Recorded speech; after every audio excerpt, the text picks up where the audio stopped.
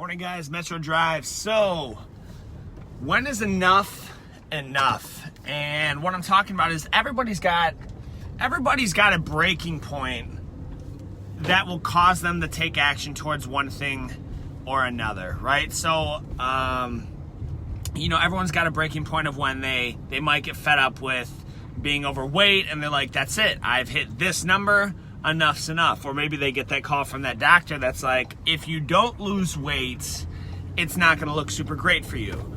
Enough is enough. Or they reach maybe they're working a job that they hate and it's wearing on their body, and their boss is not treating them right, and enough is enough. I'm going to move on. But there's also, until they reach that breaking point, there's also this comfort level they'll put up. Humans don't like change. They don't like change. They would rather accept what can be relied on, even if it's not ideal, even if it's not, they have to put up with some inconveniences, even if they have to put up with a little bit of hardships and mistreatment, because it's reliable. And to me, that's just always, if we've learned nothing else, it's that very little is reliable. I think we can agree with that. And so there's this point at which you need to realize, everyone waits until they're forced to make a move. But we're seeing a change in that trend. Let me give you an example. So I'll just be real candid. Obviously gyms are open now, and so that's awesome. But the people I've enrolled throughout our lockdown have actually been some of the easiest enrollments, because they couldn't take a class. So they came into the building, and I showed them around. I was like, this is where we would hypothetically do classes. And they enrolled because, here's why, enough was enough. They were sick of it, and so a lot of good, I made a video a while back about finding the good in every scenario. A lot of good came out of this because it made people realize, look, man, if this isn't gonna push me to where I want to be, then nothing is. And so they've been seeing our stuff for a while. They've been thinking on it, and so we've enrolled. I don't even know. I'm not the numbers guy. I don't really keep track of that. But we've enrolled so many people over the break because they just reached this point of which it's like, you know what?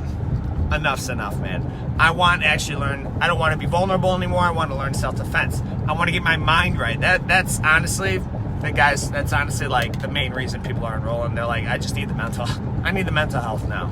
And I know it's good. I've heard it's good. I've watched your content, whatever. And so the question is, I try to be. It's bright. I'm gonna put these back on. The question is, what are you putting up with and resisting change? Why are you resisting to take action, to stay in a less than ideal, not super, definitely not your dream position? What are you putting up with?